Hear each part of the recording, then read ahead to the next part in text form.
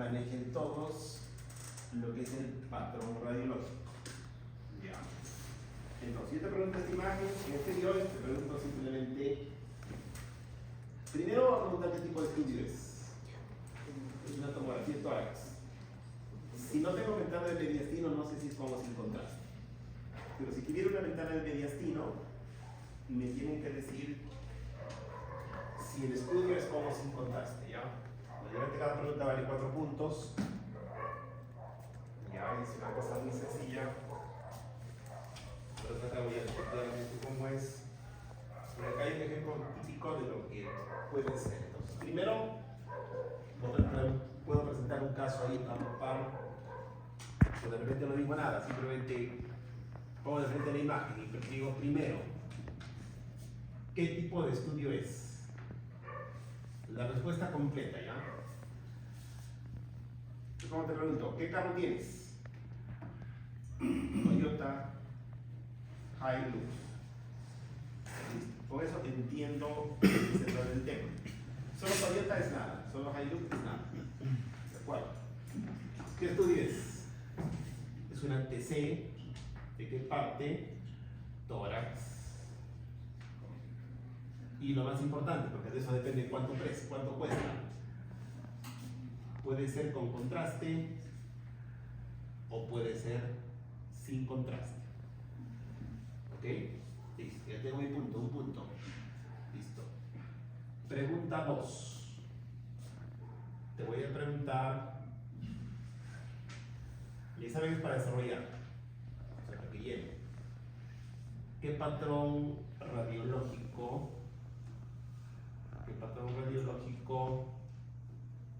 está frente a sus ojos? Entonces, ¿qué patrón radiológico es ese? Es lo mismo que esto. Y es lo mismo que esto. ¿Qué patrón radiológico es ese?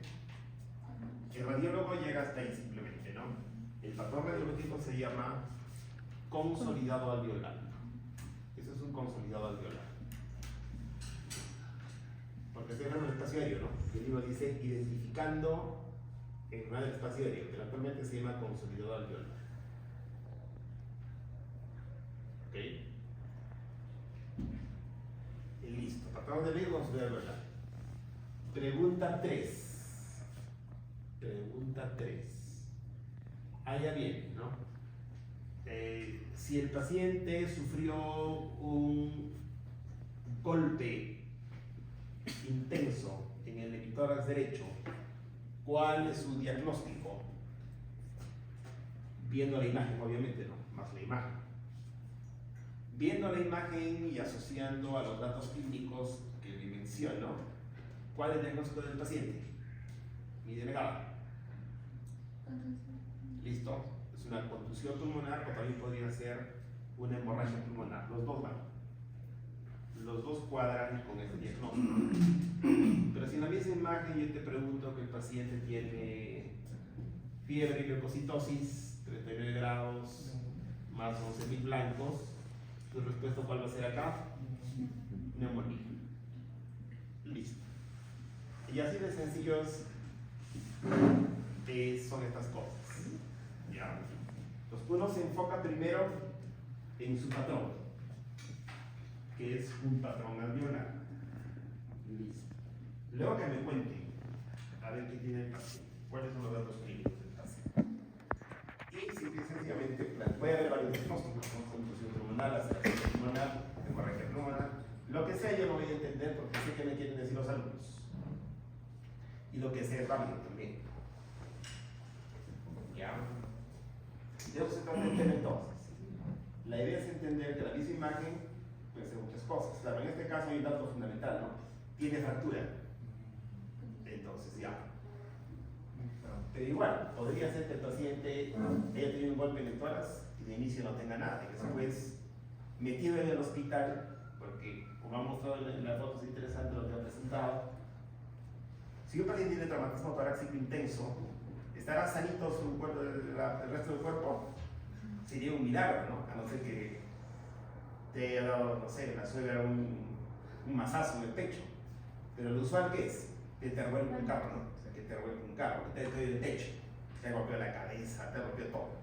Te meten al hospital de repente con, no sé, porque tiene rota la pierna. Pero en el hospital, ¿qué haces? Una neumonía hospitalaria. Haces un test, haces otras cosas, ¿no? Complicaciones de hospital. Pero que ya no sería una contusión pulmonar. Pero si de saque tiene el paciente y le veo fractura costal, ahora si solo ve esta imagen y tiene fractura, entonces ya no tengo que hablar los clínicos, ya es una contusión pulmonar. Porque tengo un hallazgo adicional, que es la fractura. Por eso los alumnos tienen que analizar toda la placa, o sea, tanto en tomografía como en rayos X tenemos que analizar acaso tiene mucha patología pulmonar. O sea, la patología no necesariamente está en el hueso, no necesariamente está en el pulmón, no necesariamente está en la pleura, no necesariamente está en el mediastino. Puede estar donde sea. ¿Ya? No sé lo que uno tiene que tenerlo claro. Y si hay unas placas simples, no se ve todo, pero tomografía sí. En las tomografías sí se ve todo. Ya, no hay escapatoria. ¿Ok? Muy bien. Disculpe, entonces, ¿vas a poder llamar una contusión pulmonar o laceración o no? Todo. Cualquier cosa que tenga sentido común para mí. El patrón es único, ¿no? El patrón alveolar. El diagnóstico general puede ser varios, porque varios son ciertos. Varios son ciertos y a veces en el diagnóstico hay diferentes maneras de decir algo, ¿no? No es una cosa muy absoluta. ¿Ya? Sobre todo en estos casos. En general, cuando hay compromiso alveolar se le llama contusión pulmonar, ¿no? Y cuando encuentras un hueco como este, se habla de laceración. En general esto es contusión, bueno, si hay antecedente traumático es contusión. Si no hay antecedente traumático, o hay antecedente traumático, igual puede ser también hemorragia pulmonar, también bajo esto. Ya, listo. Lo que fuese para mí es lógico y está bien. El patrón sí es uno solo. Y en la imagen, en la radiografía torácica de abajo, tenemos las fracturas costales con la flecha roja y en la flecha azul podemos ver esa contusión pulmonar característica. Continuando con la lesión esquelética, vamos a tener las fracturas costales y vamos a clasificar según el nivel donde se esté produciendo. Por ejemplo, a nivel de las primeras 3 costillas suele ser muy frecuente, sin embargo lo vamos a ver presente en traumatismos cuando van a querer indicar un suficiente grado de energía para que se pueda llegar a producir lesiones internas. Como podemos ver en la imagen de la izquierda, tenemos esas flechas blancas continuas que nos están indicando las fracturas, incluso un desplazamiento costal si hablamos de las dos flechas que están más externas. Y las flechas negras que el libro nos indica que no tenemos que confundirlo con las articulaciones postvertebrales. Luego tenemos las fracturas costales de la cuarta a la primera costilla que suelen ser más frecuentes e incluso importantes, puesto que si están acompañados de desplazamiento pueden llegar a indicar neumotoras o incluso tenemos la presencia de un borde costal, lo cual nosotros lo vamos a definir como múltiples fracturas en 3 costillas contiguas o en múltiples puntos de un mismo arco costal. Como lo podemos ver en la imagen de la derecha, tenemos múltiples fracturas a nivel de las flechas blancas continuas, a nivel de la flecha blanca discontinua. En el cuarto arco costal podemos ver 2 puntos de fractura. Bueno, luego tenemos las fracturas costales de la 10ª y la 12ª costilla, las cuales pueden indicar la presencia de un traumatismo subyacente a nivel del hígado, si estamos hablando del lado derecho, o a nivel del vaso, si estamos hablando del nivel izquierdo. Y en este caso suelen estar acompañadas del desplazamiento de las costillas. Continuando, tenemos las lesiones pulmonares, también conocidas como hematoma pulmonar o neumatocele traumático. Para su identificación vamos a ver que, y en este caso suelen estar... ¿Qué es un bolet costal? Fracturas de múltiples Costillas. costillas. Que se van de 3 costillas contiguas, o puede ser que vemos un arco costal y que está más de 2 puntos de fractura. ¿Eso qué cosa es? Otra. Un bolet costal otra vez inestable. Y únicamente porque se caracteriza.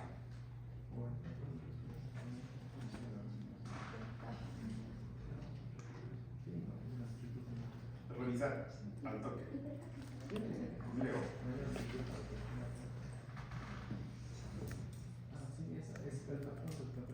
Hay que solucionar siempre toda duda en el instante, ¿no? En mi época era complicado, pero hoy día es fácil.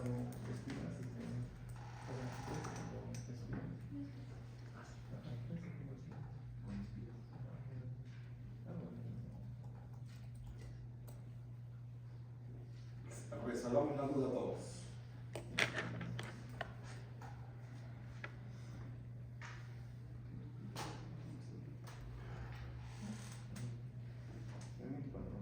¿Qué dice? Clínicamente, ¿qué tiene el paciente? movimiento paradójico. La corriente básica va con la enunciación y la enunciación como que se va. Movimiento con Torsión inestable es cuando una costilla, o sea, tres costillas seguidas están rotas pero en dos sitios, ¿no? Acá, acá, acá, acá, acá y acá. O más, tres o más. Y se produce lo que se llama respiración paradójica. O sea, cuando uno inspira, el diafragma ¿para dónde va? Ya, pasa lo contrario, ¿no? Cuando hay por el costado. Pasa por el costado. Respiras. ¿Ya? Entonces, eso es complicado. ¿Ya? Y todo, si se dan cuenta, todo es como una suma de una cosa, ¿no? Las fracturas te llevan a cosas inestables, te llevan a neumotórax, te llevan a una serie de complicaciones. Acompañado del desplazamiento de la mejilla. Continuando, tenemos las secciones pulmonares, también conocidas como hematoma pulmonar o neumatocele traumático. Para su identificación vamos a ver que su aspecto va a depender sobre todo de su contenido, si tiene sangre o si tiene aire. Por ejemplo, si van a estar llenas de sangre, se va a poder observar como una masa sólida, habitualmente oide, que podemos ver en la imagen A. Luego, si están parcialmente llenas de sangre y de aire, pueden contener un nivel hidroaéreo visible, como podemos ver en la imagen B, o pueden mostrar el signo de semilunar, que podemos ver en la siguiente imagen, en la tomografía. En este caso, el signo de semilunar se va a visualizar como la presencia de aire que va a estar rodeada por un material radiopaco. Es algo muy característico de las perfilaciones pulmonares, sin embargo, también lo podemos ver dentro de las secciones pulmonares. Como tercer punto, si van a estar completamente llenas de aire, suelen aparecer en el pulmón como una estructura pseudoquística que contiene aire. Algo característico también es que van a estar acompañadas de traumatismos, en este caso pueden ser cerrados, si hablamos de los graves, o pueden estar acompañados de los traumatismos torácicos penetrantes. Y algo que también hemos mencionado anteriormente es de que tenemos que diferenciar de las construcciones pulmonares principalmente por el tiempo, porque las lesiones pulmonares suelen demorar más en resolverse, en este caso más de 72 horas, en comparación de las contusiones pulmonares, especialmente si su contenido va a ser sangre. Muy bien. Demorar más en resolverse, en este caso más de 72 horas. Me ha gustado esta imagen porque si me preguntan a mí en el examen esto, en seco es un patrón calitario con contenido. ¿Ya? Patrón calitario con contenido. Y patrón calitario con contenido, la primera posibilidad diagnóstica en uno que viene de Maldonado es un aspergiloma. Es un aspergiloma. ¿Ya? Pero bueno, también lo que estoy viendo es que una laceración se llena de un contenido denso, ¿no? Se puede llenar de un contenido denso, como en este caso. Por eso siempre la imagen se interpreta en un contexto. En un contexto. ¿Se van a dar cuenta, no es cierto? Porque lo mismo, la misma imagen sucede en el aspergiloma y en las contusiones. ¿No?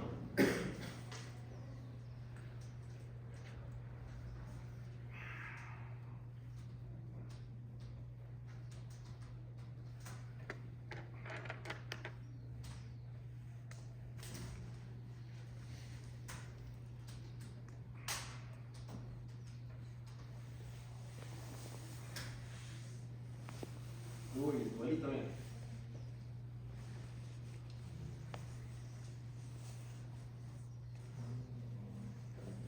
¿Cómo se llama este signo que has dicho? El signo de la semiluna. Bastante parecido, ¿no? Bastante parecido. Bastante parecido. Entonces, toda interpretación por lo que estamos repitiendo es en un contexto. En un contexto. Porque en radiología nosotros que planteamos los gamos que son diagnósticos diferenciales. Misma imagen, muchos diagnósticos. ¿Ya? Por eso yo necesito algo de datos clínicos para poder entender. Si no, como que planteo el patrón. Había con contenido.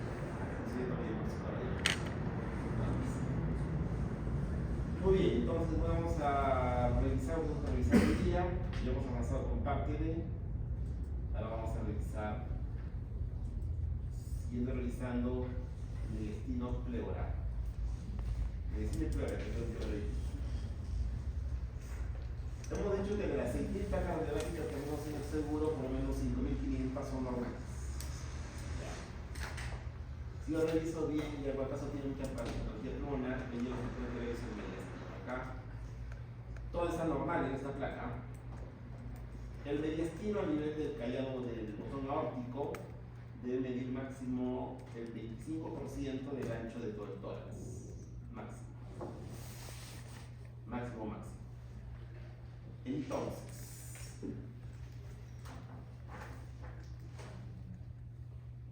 Giovanni Biconomina, ¿cuál es el principal signo radiológico de patología del mediastino?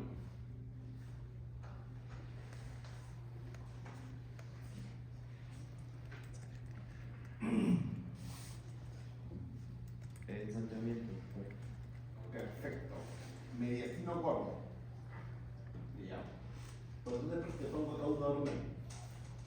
Un normal hay que reconocerlo. Para que cuando leo mucha, ¿qué voy a ver? Un mediastino gordo. Ya. Si está gordo, simplemente yo sé que está enfermo de mediastino. Concretamente. Y todavía no sé de qué. Segundo concepto, los compartimentos mediastinales. Hay un mediastino anterior, medio y posterior, que básicamente está dividido diferentemente según el libro que uno revisa, según los autores. Pero en general, por ejemplo, el corazón según el felson está en el mediastino anterior, pero según el Kerrig está en el mediastino medio. ¿Por qué? Porque estos compartimentos no son compartimentos reales, solo son compartimentos inventados por los autores para estudiar, para entender el tema. ¿Ya? No es como el espacio pleural, ¿no? Es un espacio real. Estos no. ¿De acuerdo? Entonces, el mediastino anterior en general está dado por el espacio claro retroesternal. El medio, según el Kerring, principalmente es el corazón, los grandes vasos y los hilos. Y en el mediastino posterior viven estructuras neurales. ¿Cómo se llaman estos agujeros? Se llaman foraminas. Y por las foraminas, ¿quiénes salen? Nervios. Y esos nervios se pueden enfermar y se vuelven tumorales. Ejemplo, schwannomas. Ejemplo, neurinomas. Patologías clásicas del mediastino anterior, las 4T. Mediastino medio, ganglios, y mediastino posterior, tumores neurales. ¿De acuerdo? La semiología. Cuando yo tengo una masa que esté pegadita al mediastino, hay dos posibilidades. Que la masa sea pulmonar o que la masa sea mediastinal. ¿Y qué ya tengo que ver para eso? El ángulo de implantación. Este ángulo de implantación es agudo. ¿Qué significa agudo en español? ¿Menos de cuántos grados? Menos de 90 grados. En cambio, este ángulo, ¿cuánto será? Mucho mayor de 90 grados, ¿no? Si el ángulo es mayor de 90 grados entre la masa y el mediastino, entonces hablo de que la patología es de mediastino. ¿Ya? La cosa es muy sencilla. ¿Okay? Si nace algo, y este sí nace vecino de la embarazada, ¿no?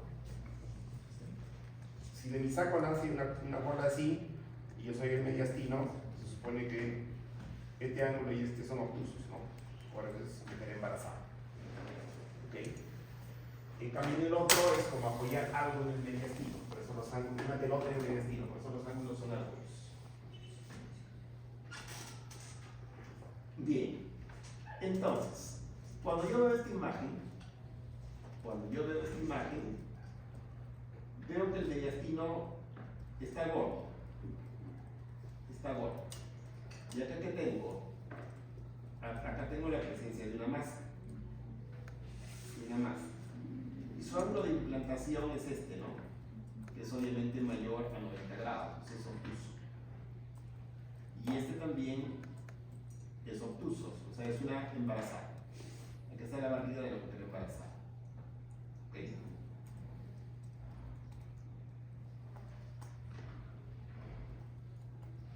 Adriana Lobatón, ¿en qué mediastino está esta masa?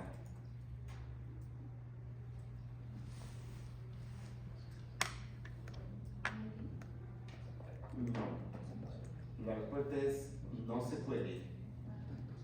Necesito sí o sí mi placa lateral. Solamente con la placa B tú dices es mediastino.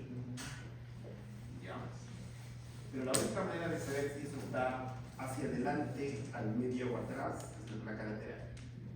Y nosotros en general ya no tenemos placa, ¿no? Nos centramos a tomografía porque sí o sí toda masa mediastinal tiene que ser evaluada con tomografía contrastada. ¿De acuerdo? ¿Por qué los contornos son netos? Nicole Maldonado. ¿Por qué los contornos de esta masa son netos? Bien delimitados.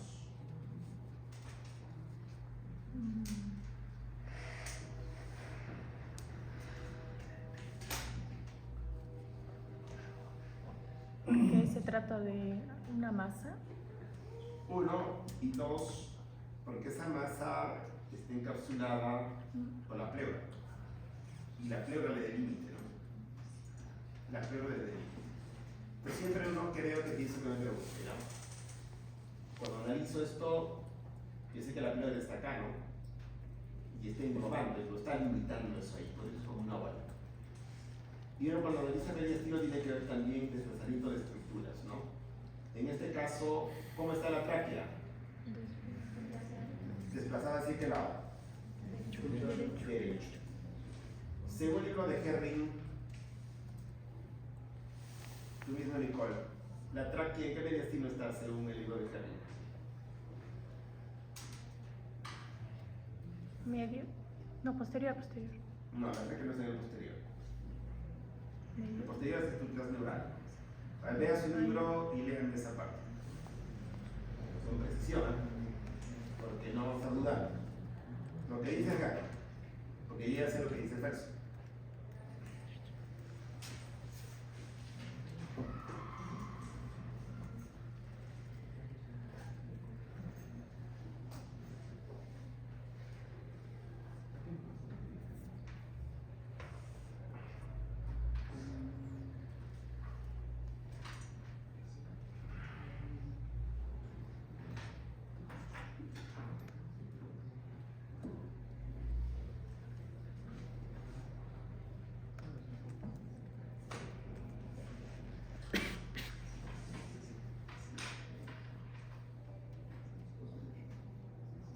Todo el grupo busca rápido. El libro de Herring.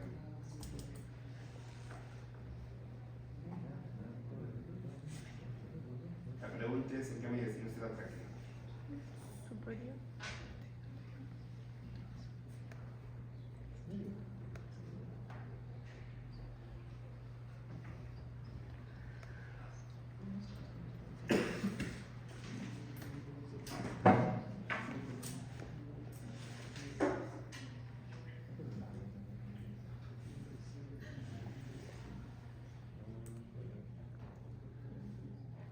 ¿Listo?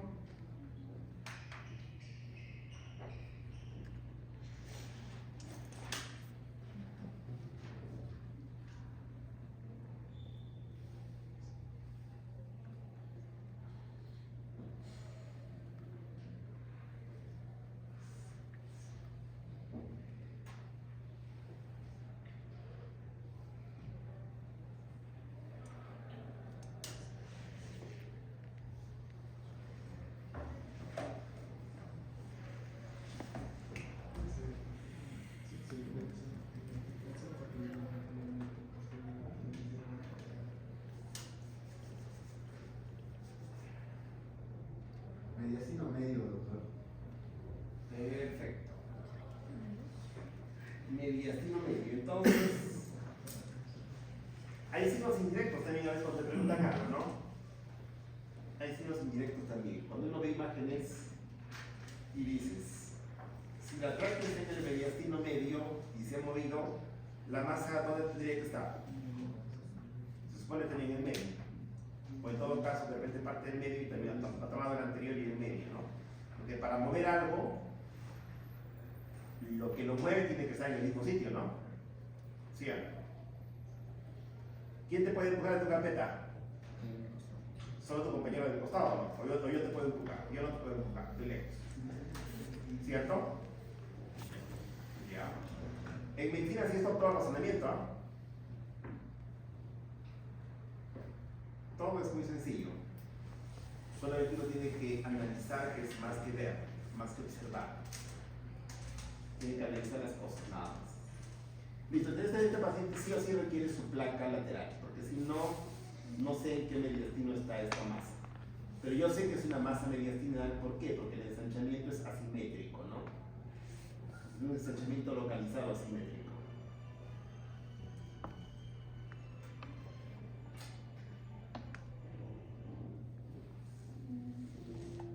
En cambio, en el otro caso, ¿cómo está la tráquea? Nieves Maña. Está comprimido. En el otro caso la tráquea está comprimida, no está desplazada. Verdaderamente está estrechada, ¿no? Está estrecha. Acá mantiene su calibre normal, que estaba acá. Pero el ensanchamiento es difuso. O sea, debe ser lo que estabas contando hace un rato, ¿no? Hace un rato que estaban comentando que eso, una de las causas de eso, ¿cuál era? Un traumatismo torácico, ¿no? De los grandes vasos del mediastino que sangran. Pero podría ser una infección tranquilamente, una mediastinitis, una infección. O sea, es cualquier tejido anormal, algún líquido, algún tejido inflamatorio que te va a ensanchar todo, ¿no? Todo el mediastino. Es un ensanchamiento generalizado. Bien, en este caso igual, tengo el desplazamiento de la tráquea. El desplazamiento de la tráquea hacia la derecha. ¿Ya? La tráquea pasa por el mediastino medio, ¿no? Pero en la parte superior también pasa un poco hacia adelante, ahí está. Generalmente la tráquea se mueve por patología tiroidea y la tiroides está en el mediastino anterior. En este caso la tráquea está ahorcada, ¿no? Está estrechada. Se estrecha. Debe haber un infiltrante que lo estrecha. Aunque también puede haber ganglios que están tanto en el borde derecho como en el izquierdo de la tráquea y lo pueden ahorcar también. La pueden ahorcar la tráquea también. Okay. El problema de los tumores es ese justamente, ¿no? ¿Por qué los tumores, aún siendo benignos, pueden molestar al paciente? Justamente por efecto compresivo sobre los vasos, efecto compresivo sobre los nervios, efecto compresivo sobre la tráquea. A veces ahorcan la tráquea ahí en la parte alta, como que te ahorca toda la tráquea. Y a los médicos, ¿qué les queda? Ellos no lo puedes operar, no lo puedes sacar. ¿Qué les va a quedar para hacer? Una traqueotomía nomás. Un hueco ahí. No hay otro camino. ¿Ya? Bien, entonces, el signo característico es, como me han dicho, que el mediastino está corto, el mediastino está ancho. Bien, en esta placa lateral que tengo, en la placa lateral tengo, ¿qué patrón es este? Masa, ¿no? Cuando es masa, si yo te pongo la tomografía, ya me tienes que decir nombre y apellido de la masa. Las masas pueden ser o pulmonares, o de pared torácica, o mediastinales.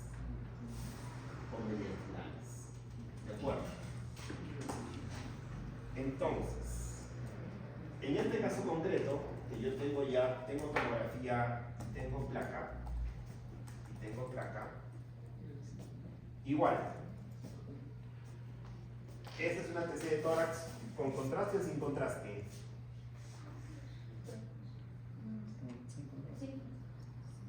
Sin contra. Este es con contraste o sin contraste. Sin contra. En el blanco hay. Pero no Blanco. brilla. Es el tumor. Acá tengo una masa mediastinal, aquí está la masa y los vasos son de color blanco. Es una tomografía contrastada. Aorta ascendente y ven acá superior. Entonces,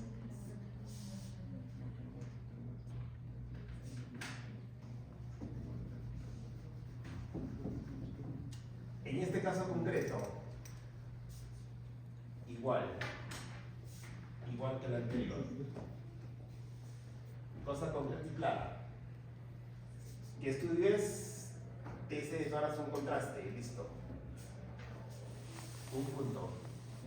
Patrón radiológico, masa, pero no pulmonar. Solo masa, para mí es nada. La respuesta es masa pulmonar, masa mediastinal, masa pleural, masa de la pared. ¿De acuerdo? Entonces, esta es una masa mediastinal. Luego yo te digo, el paciente tiene diagnóstico clínico de miastenia gravis.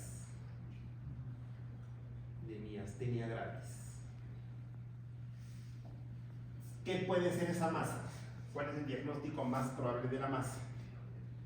La respuesta sería un timoma. Te podría preguntar, ¿esa masa tiene contenido graso? Esa masa tiene, te digo acá, la masa tiene menos 80 unidades Hansfield. ¿Cuál es su diagnóstico más probable? ¿Qué hizo el grupo? Menos 80 unidades Hansfield. ¿Cuál sería el diagnóstico más probable de las 5 claves que están ahí?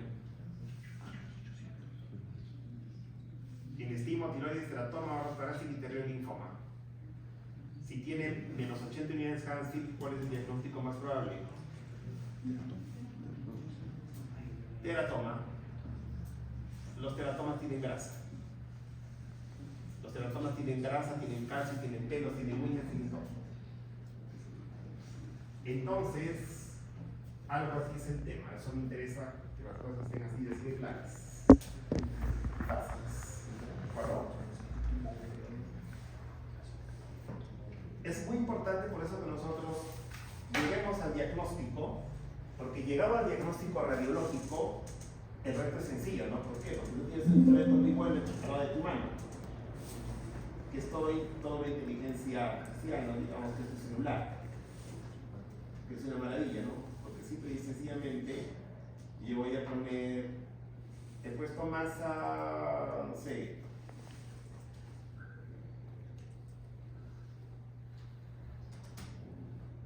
masas del mediastino anterior y he diagnosticado eso, ¿no?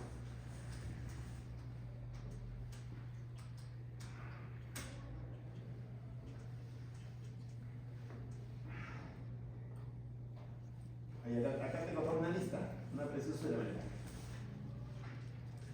Decía anterior, timoma, tumores cerebrais criminales, o sea, teratoma, el linfoma y otras cosas más. ¿Ok? O sea, es más o menos sencilla la cosa cuando yo llegué a metapatrón. Por eso tengo que mirar el patrón para luego investigar un poquito más. ¿Ya? ¿Y cómo puedo hacer el diagnóstico de este paciente?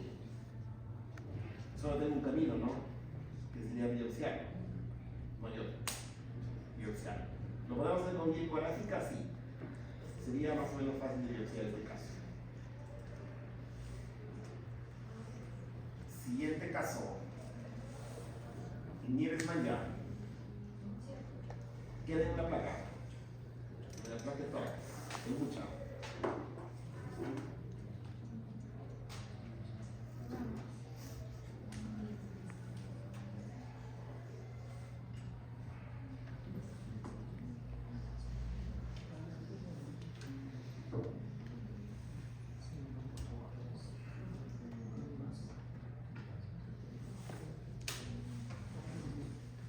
¿Qué hay que den el estilo?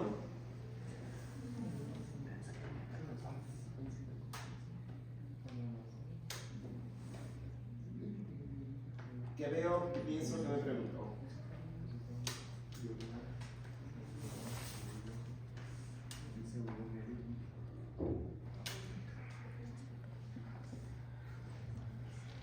En radiología uno tiene que ser como un niño, ¿ya? Tiene que ser como un niño. Cuando uno era niño y le preguntaba preguntaban, a un niño de 5 años le pregunto qué ve ahí en la parte media, ¿qué crees que me va a decir? Una mancha blanca de contornos como culebra, de contornos lobulados, ¿cierto? Entonces, uno cuando hace el hallazgo tiene que ser así como un niño, ¿no? Sin prejuicios de ningún terreno médico, nada. No, ven una mancha blanca y de contornos así medios definidos, pero medios ondulados, ¿ya? Entonces, simplemente hay un ensanchamiento del mediastino, pero así multilobulado, ¿no? Multilobulado. No sabes en qué mediastino está porque solo tienes tu placa lateral. Pero ¿qué necesitas hacer? Puedo ir placa lateral, pero como yo sé que la patología es de mediastina, voy directo a tomografía y siempre contrastada. Siempre de siempre es contrastada. ¿De acuerdo? Nieves. ¿Qué estructura anatómica es el número 1?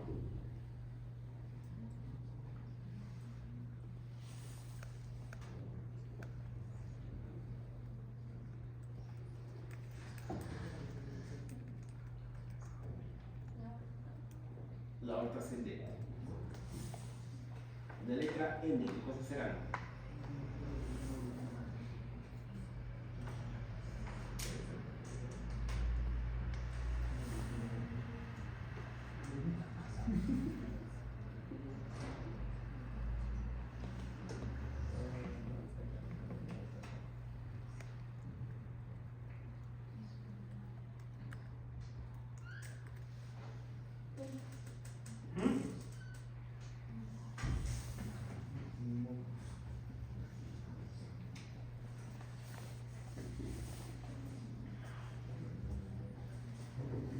Puede ser patrón radiológico o hallazgo radiológico también.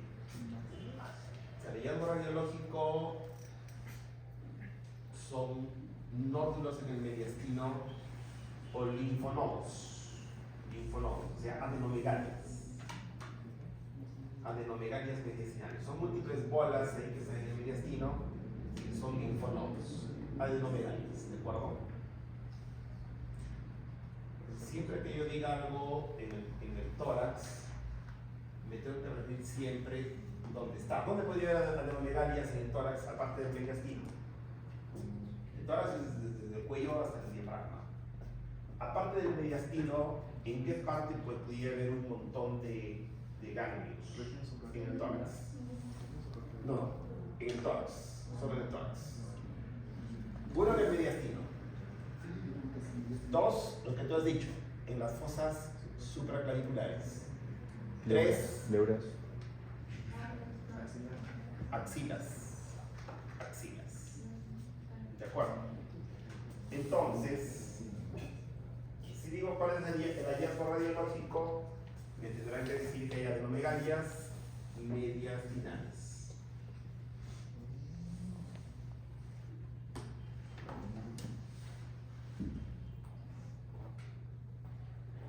Paciente con baja de peso y alteración de la serie blanca y roja, ¿cuál es el diagnóstico?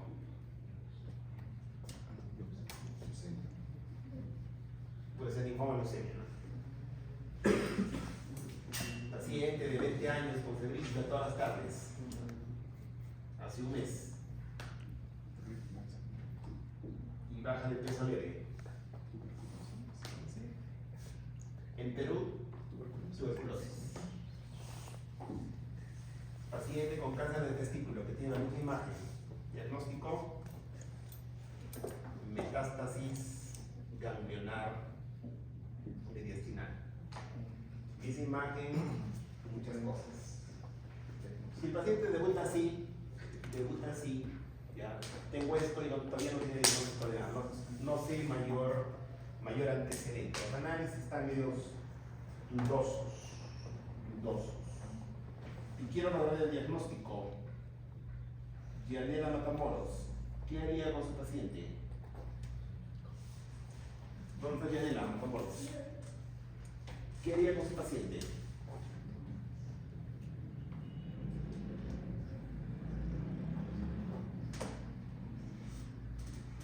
Tienes que lograr un diagnóstico de tu paciente. El radiólogo ya te ha dicho que tiene linfonodos en el mediastino. Y la aquí que está dudoso, los análisis están aportando, están dudosos también.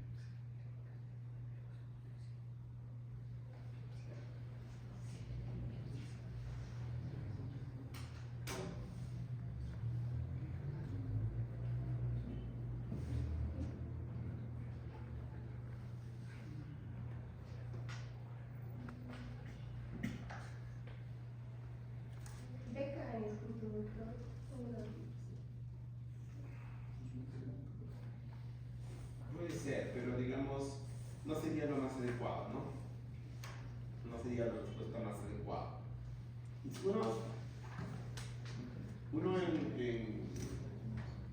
Para la emisión de exámenes, bueno, no solo de radiología, ¿no? De medicina en general, ustedes se van a someter a un montón de exámenes de su vida. Les espera el examen del ENAN, el examen del CERUM, el examen del accidentado, el examen de la 80 cosas más de ¿ya?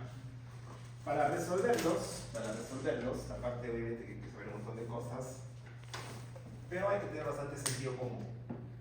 Entonces, si un paciente tiene ganglios en el mediastino, ¿cuál es la posibilidad de que tenga ganglios en las ingles, ganglios en las axilas, ganglios en el cuello? ¿Es alta o baja?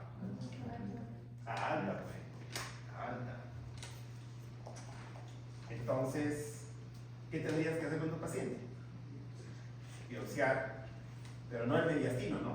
No vayas a complicar al paciente, sino vas a agarrar un sitio accesible. De repente el cuello, si está accesible, de repente hay que más accesible. El que esté más accesible a la biopsia, lo llevas a la biopsia todo el ganglio, sacado completo. O entonces no se agarra los canales humanos. Y así vas a tener una respuesta al diagnóstico. Y diagnosticado el paciente, empieza su tratamiento. Si tiene linfoma o leucemia, pues el tratamiento que trata. Si tiene tuberosis, si tiene tuberosis, tendrá que recibir el sistema de tuberculosis. Y así es el tema de medicina, ¿ya?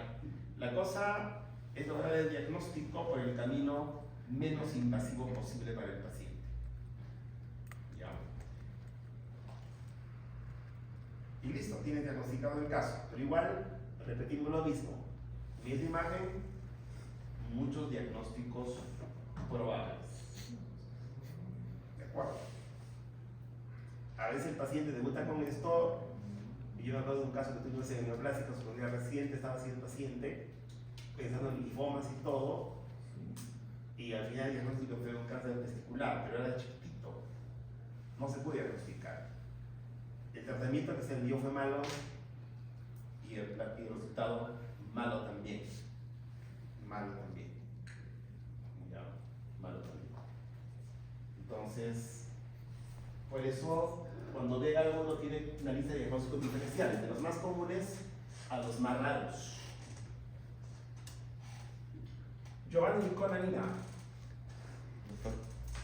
Los pacientes con lupus eritematoso sistémico, ¿hacen ganglios o no hacen ganglios?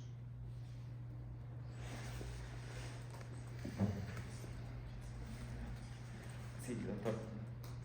Lea a ver y me dice contundentemente si hacen o no hacen ganglios. Lo bueno es que ahora tienes un libro en tu mano, ¿no?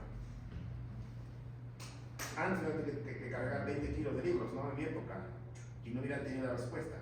Todo el libro está leyendo yo, pero ahora al instante pues de la respuesta. ¿Sí? Hay que aprovechar la tecnología para aprender rápido.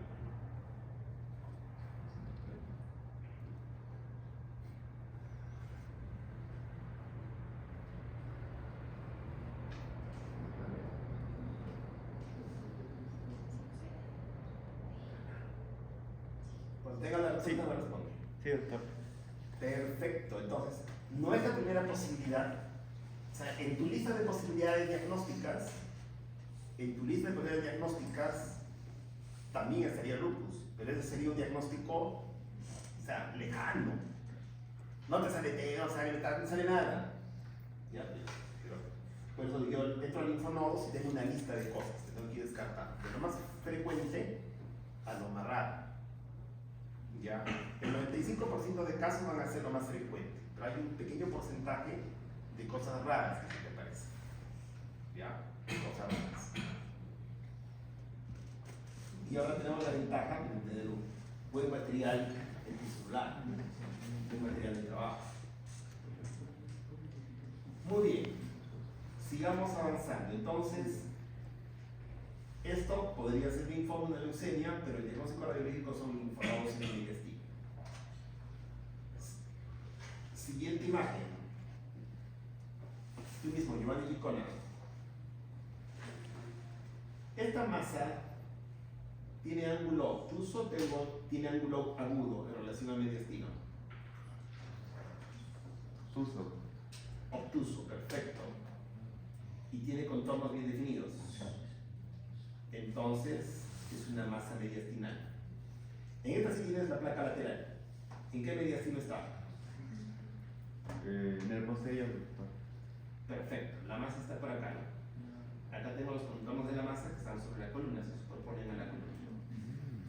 Si ves esa imagen, sí o sí el paciente requiere una tomografía de tórax. ¿Por qué? Porque tengo que estar seguro de dónde es la masa. ¿Y qué me doy cuenta? Que la masa rompe la vértebra. Porque yo sé que debe ser una masa que nace acá de la foramina. En general, yo veo una masa tumoral que destruye hueso, destruye costilla y protruye hacia el tórax.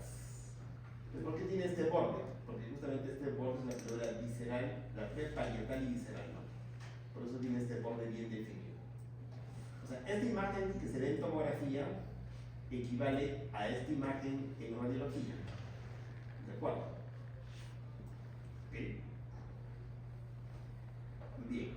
Entonces, el hallazgo radiológico o patrón radiológico en este caso, ¿cuál es? Una masa de mediastino posterior.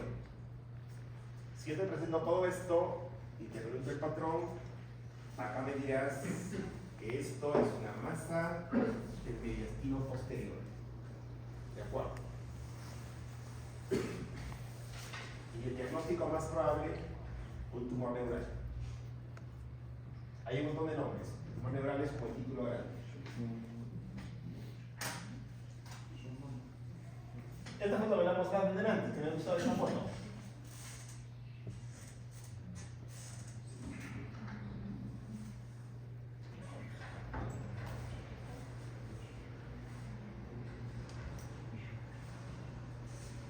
Adriana Ratón. Ve acá en esta placa alguna línea de aire rodeando el corazón. ¿Será un neumomediastino? Podría ser, doctor, porque esa línea visceral es así característica del tumor. Pero ese paciente no ha venido por eso. Podría.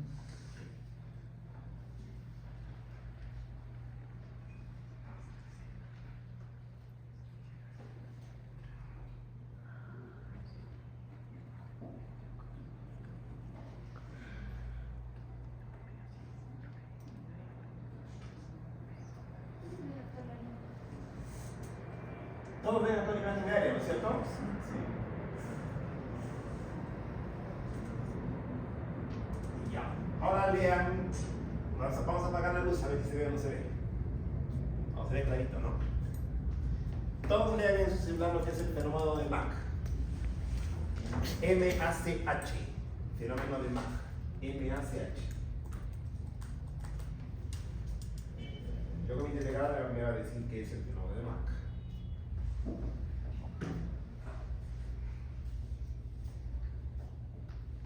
¿Ustedes ven lo de biología? Ya te has encapuchado, ¿no?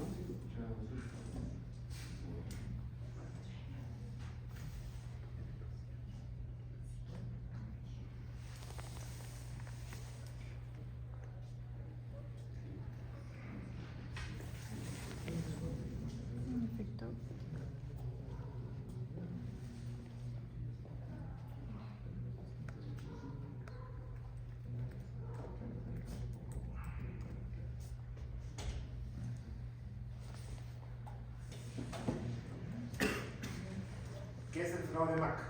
Una ilusión. Ya, esta es una ilusión óptica. Pero acá justamente, ¿por qué aparece el signo del diafragma continuo? Porque si uno empieza a ver corazones con calma, si uno empieza a ver los corazones normales, acá se ve como una línea negra o no, mira acá. Parece, ¿no? ¿No es cierto? Entonces, en general, cuando observamos nosotros la silueta cardíaca, el borde, tenemos esa ilusión óptica. Es un tema de conos y bastones humanos, porque nosotros vemos como una línea ahí que realmente no existe. Es algo así como viajamos en una pista y vemos agua. Cuando nos acercamos, no hay el agua. ¿No es cierto? Por eso que para diagnosticar neumomediastino, no confío en esta línea negra, porque yo sé que esta línea negra puede ser un fenómeno de Mach. ¿De acuerdo? Pero esta línea no es un Mach. Esta línea se llama diafragma continuo. El corazón normalmente se apoya en el diafragma, o sea, hace silueta. Pero en este caso habría silueta negativa.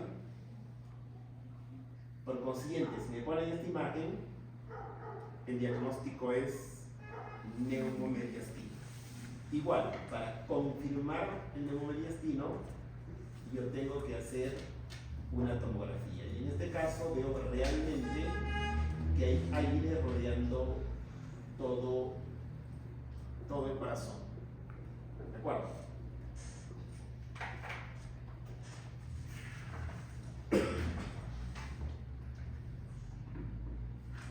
Josep Mota. ¿Verdad?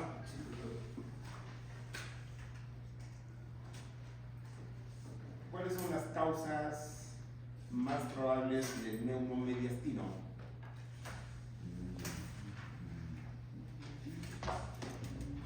Investiga en su celular. No me diga rápido, tiro con seguridad.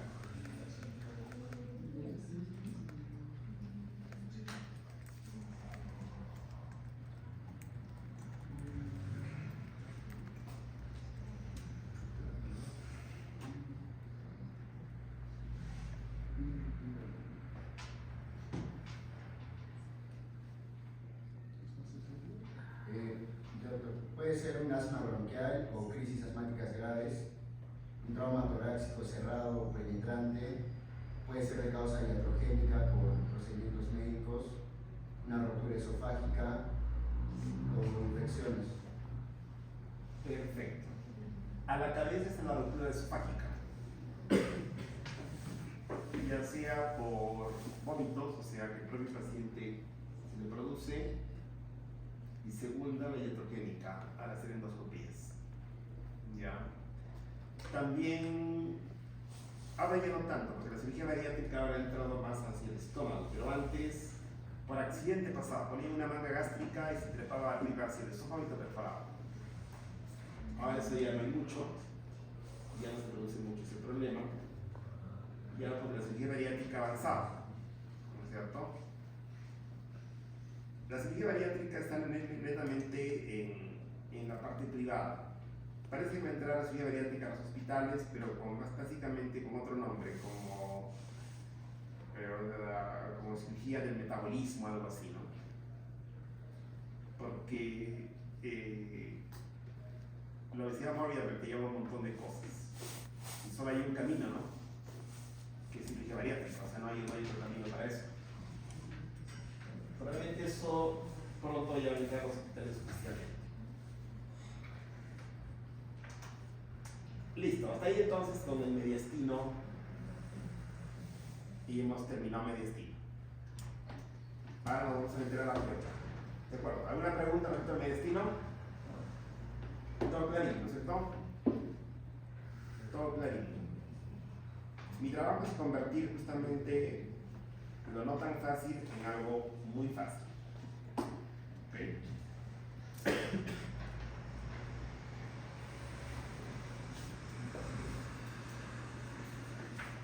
¿Qué interesa para mi curso?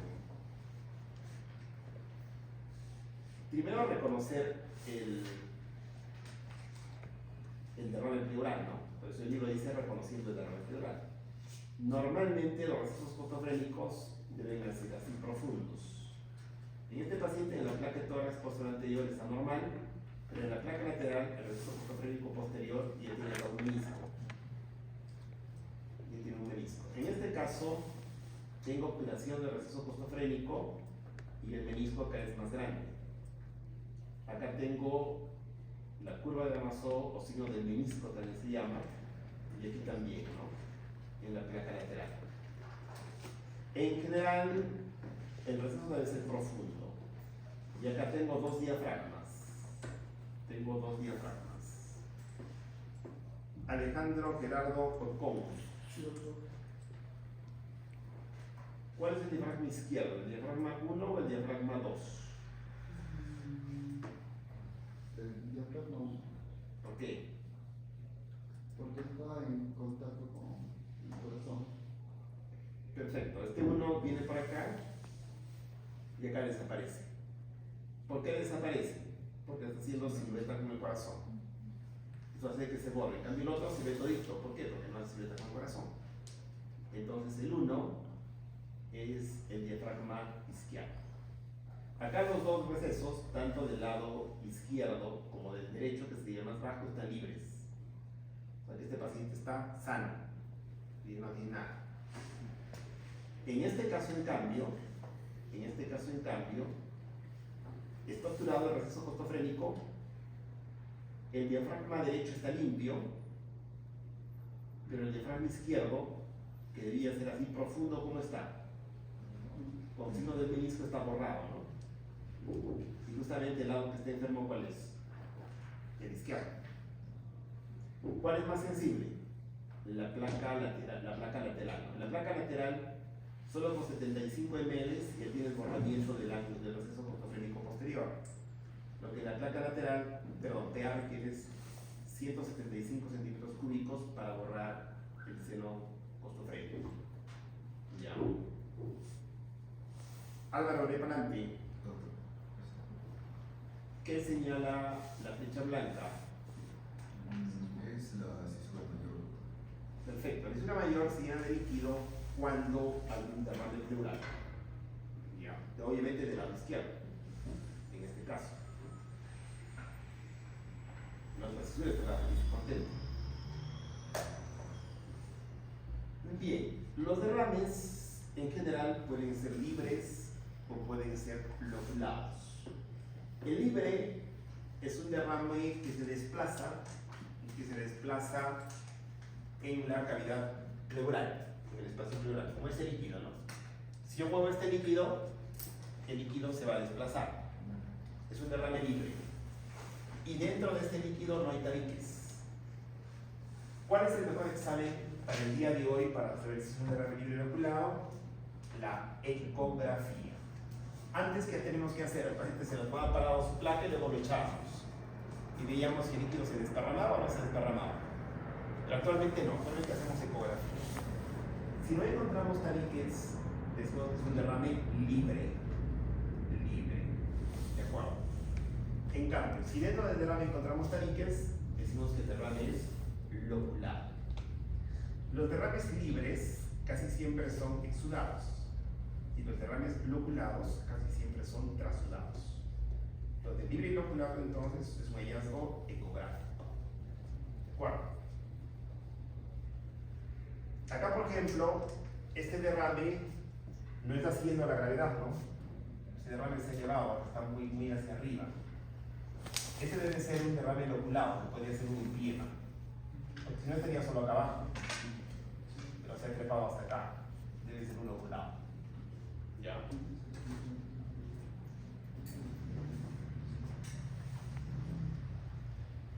Ahí tengo un derrame, debe ser un libre, ¿no? Porque solamente está en la base. En la base.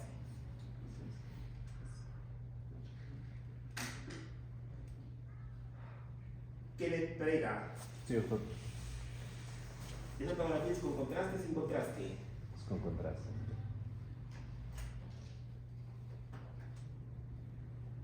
Esta lineecita blanca que está por acá, ¿a qué estructura anatómica corresponde?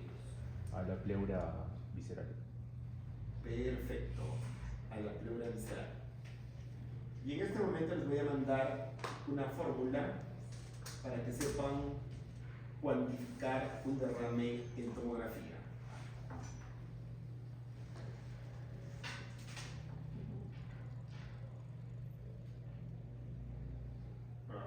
No tengo la fórmula, se me ha ido. Bueno, se cuantifica más por ecografía, pero por tomografía también hay tablas. Hay tablas donde midiendo este diámetro de aquí, yo puedo saber cuánto derrame hay. Ya, hay tablitas. Esto mide, digamos, 2.5 centímetros, entonces simplemente es una fórmula que se pone ahí y ya pues automáticamente tengo unos 150. En general la cuantificación se hace pero por ecografía, porque lo que quieren también es que marquemos el tórax para una toracocentesis.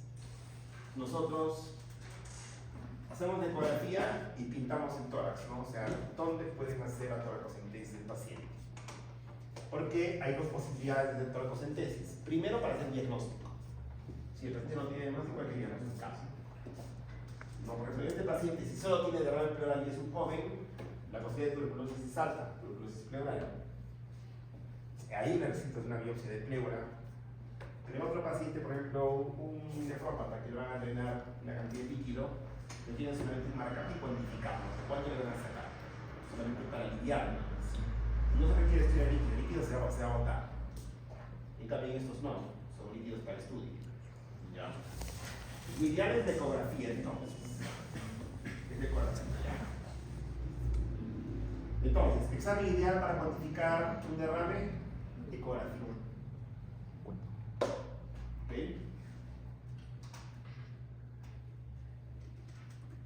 Miren aquí. Una masa radiopaca con densidad de agua adyacente a la pared torácica, de contornos bien definidos y signo de la mujer embarazada. Signo de la mujer embarazada. Entonces, si veo una masa así, solo hay dos posibilidades. O es del espacio pleural, o es de qué.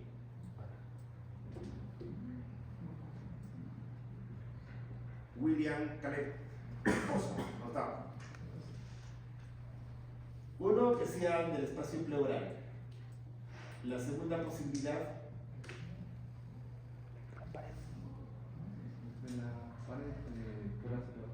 de la pared torácica. Un tumor de hueso pudiese crecer de esa manera. O una masa en el músculo podría meterse hacia el tórax.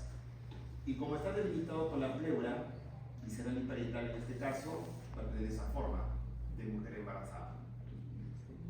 Si quiero estar seguro, necesito tomografía. Te muestro esta tomografía, ¿ya?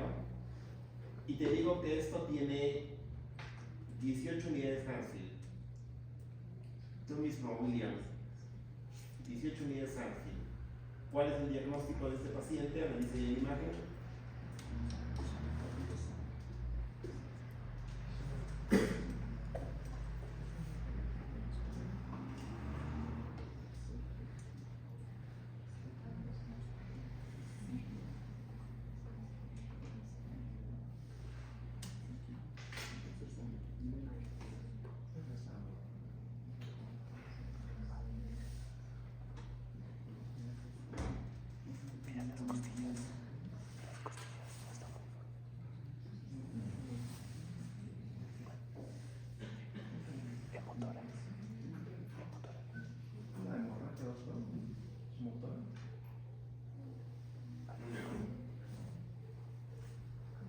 Las flechas blancas que señalan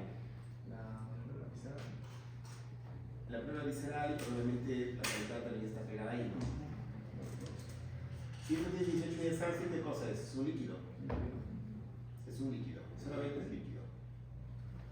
Esto simplemente es un derrame. En general hasta 20 es un derrame común. general. Pero este no es un derrame simplemente. Pero acá hay una característica importante, ¿ya? O sea, es un derrame, para que no le apellido. Loculado.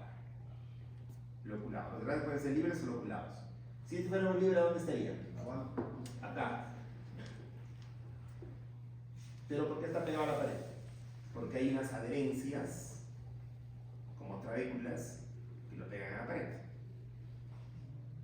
Si te muestro esta imagen y te digo que tiene 18 unidades Hansfield, es un derrame loculado. Si te digo que tiene 40 unidades Hansfield, será una masa pleural. Una masa pleural. Sólida. ¿Por qué te digo 40? 40 significa sólido. ¿De acuerdo? 40 es sólido. Los alumnos tienen que dominar a la perfección lo que son unidades Hansfield. ¿Ok? Dominar a la perfección y entender estas cosas.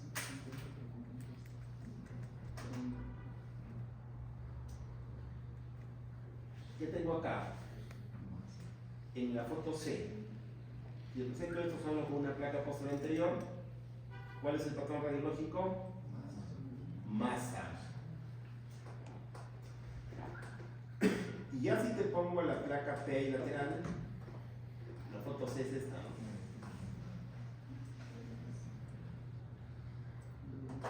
¿Una masa cambiaría de forma? No. Entonces eso es un derrame cisural. Pero solo en esta placa masa. Cuando el derrame se ubica en las cisuras, el derrame cisural, en la placa PA adopta la forma redondeada, como bolas. Pero en la placa lateral, como pueden ver, está sobre las cisuras. Y se alarga, ¿no? Forma elíptica, adopta forma elíptica. Eso se llama tumor fantasma o tumor evanescente, o pseudotumor.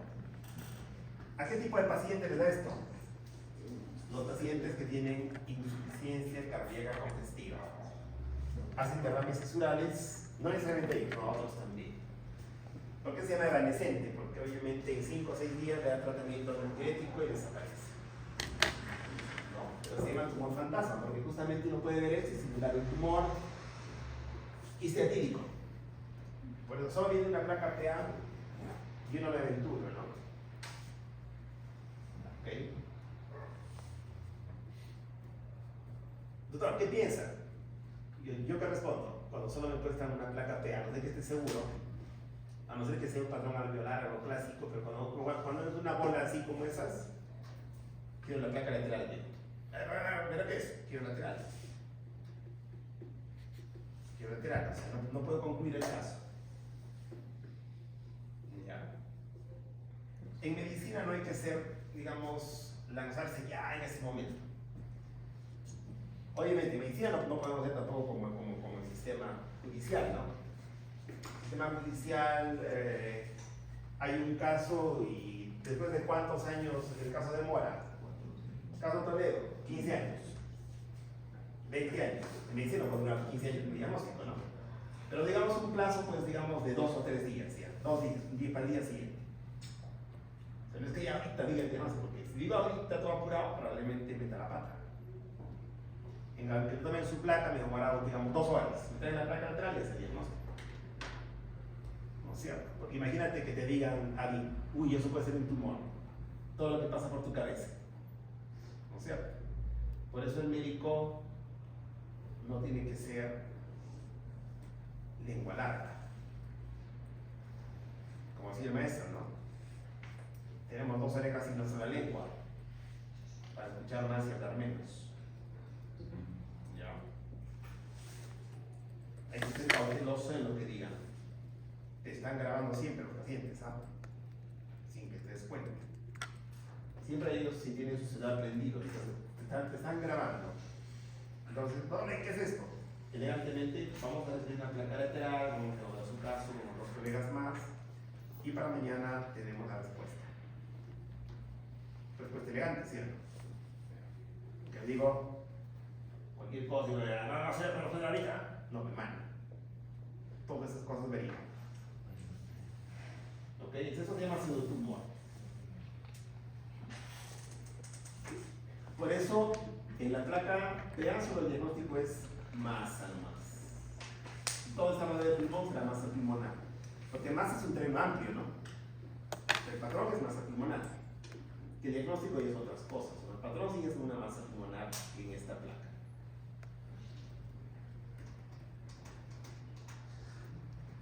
Otra cosa importante es lo que es el derrame subpulmónico. ¿Ya? ¿Cuáles son los hallazgos? Normalmente tenemos los recesos costofrénicos, ¿no? En este caso tenemos un receso costofrénico poco profundo. El diafragma debe medir más o menos 4 o 5 milímetros entre el borde pulmonar y el borde que rodea la burbuja gástrica. Pero en este caso miren el borde. ¿Cuánto mide este espacio? Este espacio es enorme. Este espacio es enorme. ¿Ok? ¿Y acá el diafragma está en su sitio o está elevado? Parece como elevado, ¿no? Pero realmente no es elevado. Simplemente que entre el diafragma y el hígado hay una capa de agua. Acá hay agua. Pero obviamente yo no sé, solo estoy alucinando. Estoy viendo los signos radiológicos. Yo tengo que estar seguro para hablar. Ahí sí puedo decir, ¿no? Sospecho líquido. Le voy a pedir una ecografía.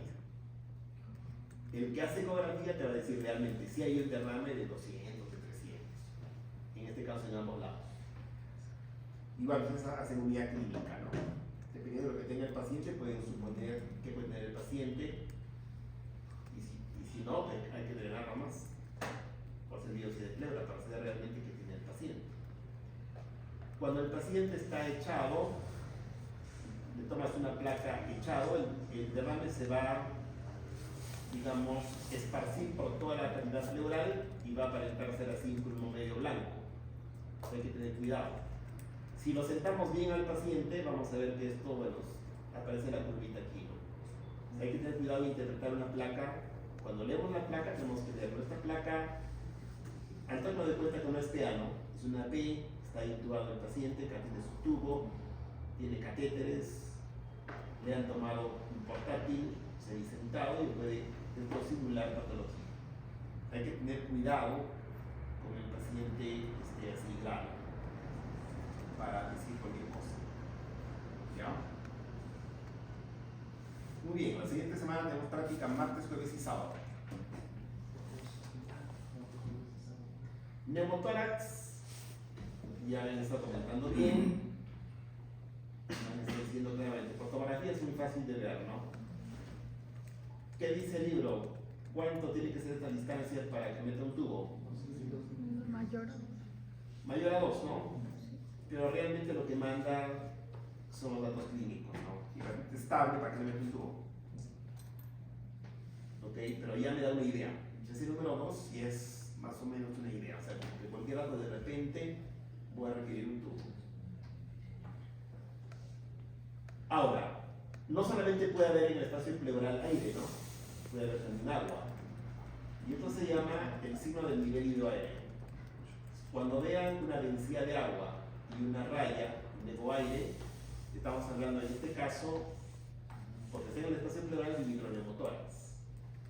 Pero ese nivel simplemente significa que yo tengo agua y aire, ¿no? Esta placa de esta botella, ¿no? Ahí tengo el agua y el aire. Podría estar dentro de una cavidad. Y si está dentro de una cavidad, ¿cuál sería el diagnóstico? Un absceso pulmonar, ¿no? Si veo una bola con un nivel, el diagnóstico será un absceso pulmonar.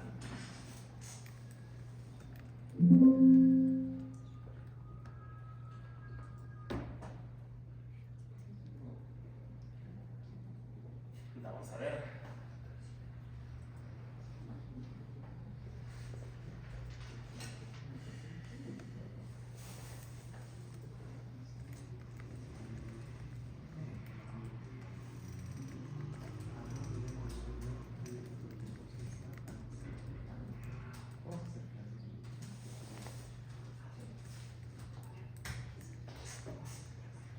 Uy, es igualito, mira acá.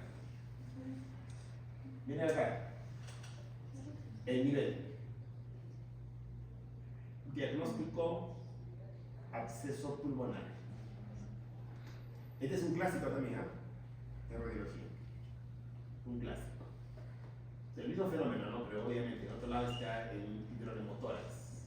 Pero si tiene un nivel, yo sé que después de una calidad, un nivel sindical líquido, paciente séptico, debe ser un absceso pulmonar. Los abscesos generalmente no mejoran con terapia, la mayoría acaban en neumonectomía.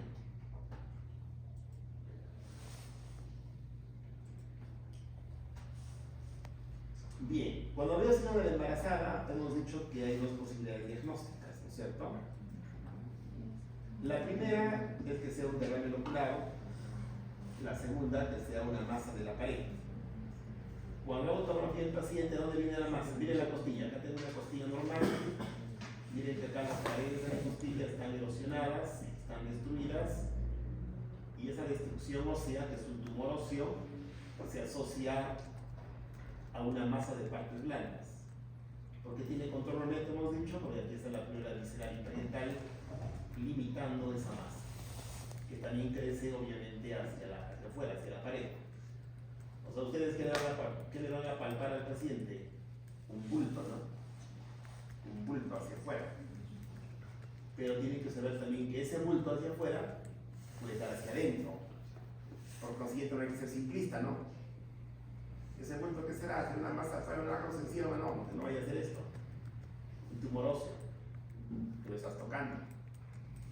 En medicina, para decir bien tu diagnóstico, requiere simple imagen, ¿no? Hay que ver más allá de lo que pueden ver tus ojos. ¿Y eso cómo se hace? Solamente de una manera, con tecnología. Tenemos que tener cuidado en diferenciar los neumotórax de las bulas. Las bulas. En mi pasito de mañana, hay un montón de preguntas que estoy preguntando. Y pregunto, ¿es bula o es neumotórax? Tienes que decir si es bula o es neumotórax. ¿Ya? Porque yo no debo confundir una bula, que es esto, con un neumotórax. ¿Preguntas finales? Nada. Nos vemos el martes, jueves, sábado, de la manera